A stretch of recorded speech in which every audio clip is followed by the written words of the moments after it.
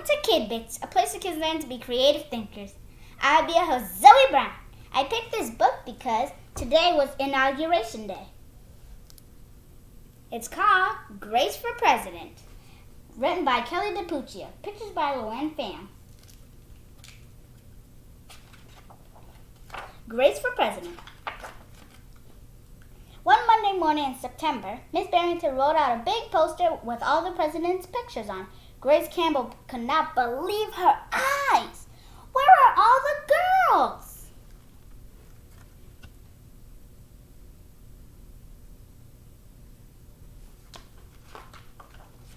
That is a very good question, said Miss Barrington.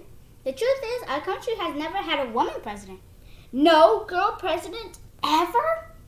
Grace asked. No, I'm afraid not, said Miss Barrington. Grace sat at her desk and stewed. No girls? Who'd ever heard of such a crazy thing?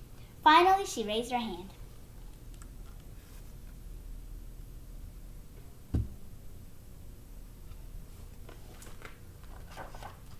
Yes, Grace? I've been thinking it over, and I'd like to be president.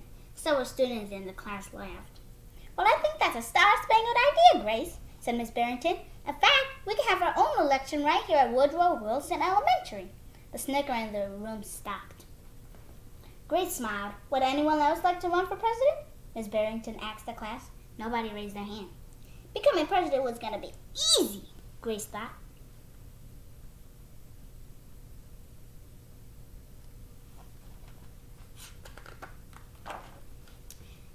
The next day, Miss Barrington made an announcement. In the name of democracy, I have invited Mr. Waller's class to join our election.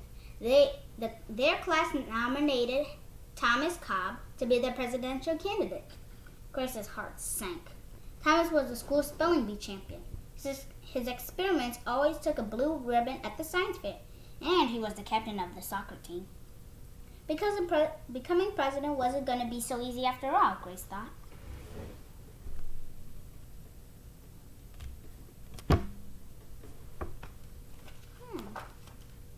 The teachers put the names of all 50 states in the District of Columbia into a hat. Everyone except Grace and Thomas got to choose a state. I'm Texas, said Anthony. I'm New Hemisphere, said Rose. I'm Michigan, said Robbie. What does the number 17 mean? Each state is assigned a number of electoral votes. That number is determined by how many people live in that state, said Miss Barrington. Each of you will be a representative of your state. Altogether, our country has 538 electoral votes, Mr. Waller explained. On election day, the candidate who receives 270 electoral votes or more wins the election. Why 270? Asked Rose. That's more than half all the electoral votes, Mr. Waller said. Becoming president really wasn't going to be easy, Grace thought.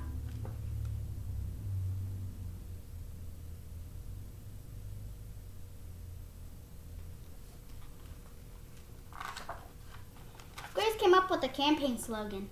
Make history. Vote Grace Campbell for president. Thomas came up with his own campaign slogan. Vote for Thomas Cobb, the best man for the job. Grace listened to what issues were important to the students, and she made a list of campaign promises. A peaceful school. No bullies. A cleaner school. No littering. Better hot lunches. No more fish stick tacos. Thomas made up his own list of promises.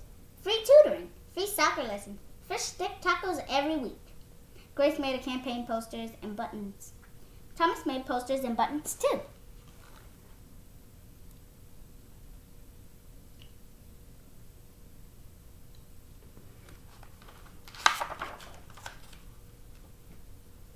Each week, the teachers set aside time for the candidates to meet with their constituents. Polls were taken. Voters were making their choice. Over here you can see this is for Grace's side.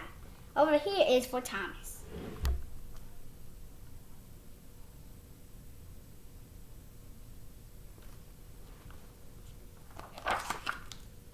Grace continued to campaign.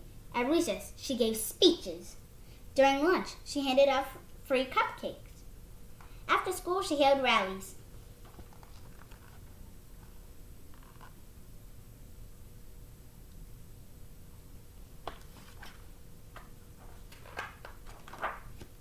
Meanwhile, Thomas wasn't worried. He had cleverly calculated that the boys had held slightly more electoral votes than the girls. At recess, Thomas studied his spelling words.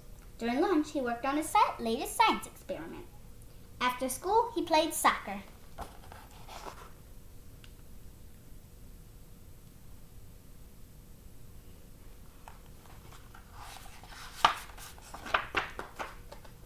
Even before the election, Grace made good on her promises. She joined the safety squad, she organized a school beautification committee, and she volunteered her time in the school cafeteria.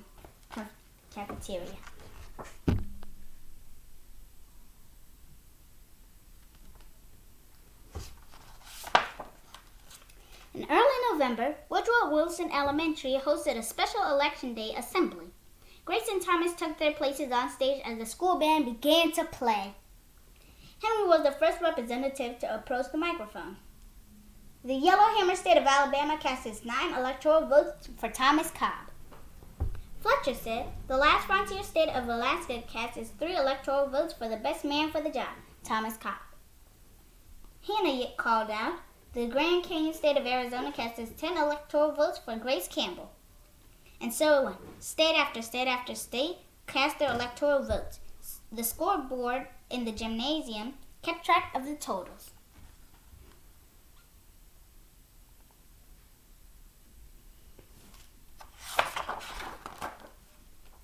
The voting demonstration was quickly coming to an end. Claire approached the podium. The Badger State of Wisconsin cast its 10 votes for my best friend, Grace Campbell. Grace looked at the scoreboard. Thomas had 260 electoral votes. She had 267. There was only one state still accounted for. Wyoming. Who do you think's gonna win? I really hope it's Grace. Thomas grinned. Grace felt sick. Sam walked up to the microphone. He looked at Thomas. He looked at Grace. He looked down at Grace's handmade flag. Sam didn't say a word. What are you waiting for? Thomas whispered. The band stopped playing.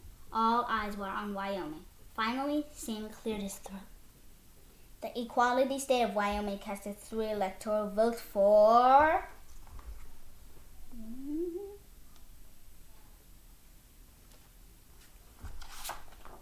Grace Campbell!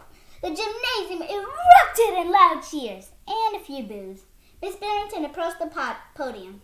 With 270 electoral votes, the winner is Grace Campbell. Thomas looked stunned. Grace hugged Sam. Why did you do it? She asked. Sam handed Grace his flag. Because, he said, I thought you were the best person for the job.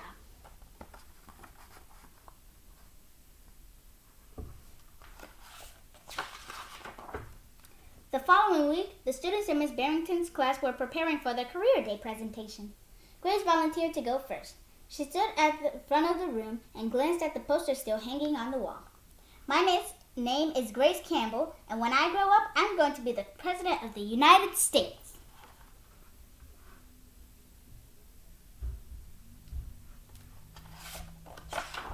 Oh, and it seemed that she did become president. That was a good book to read before the election. I'll see you next Wednesday at 8 p.m. Central for Kid Bits with Zoey Brown, Bedtime Book Adventures. Good night.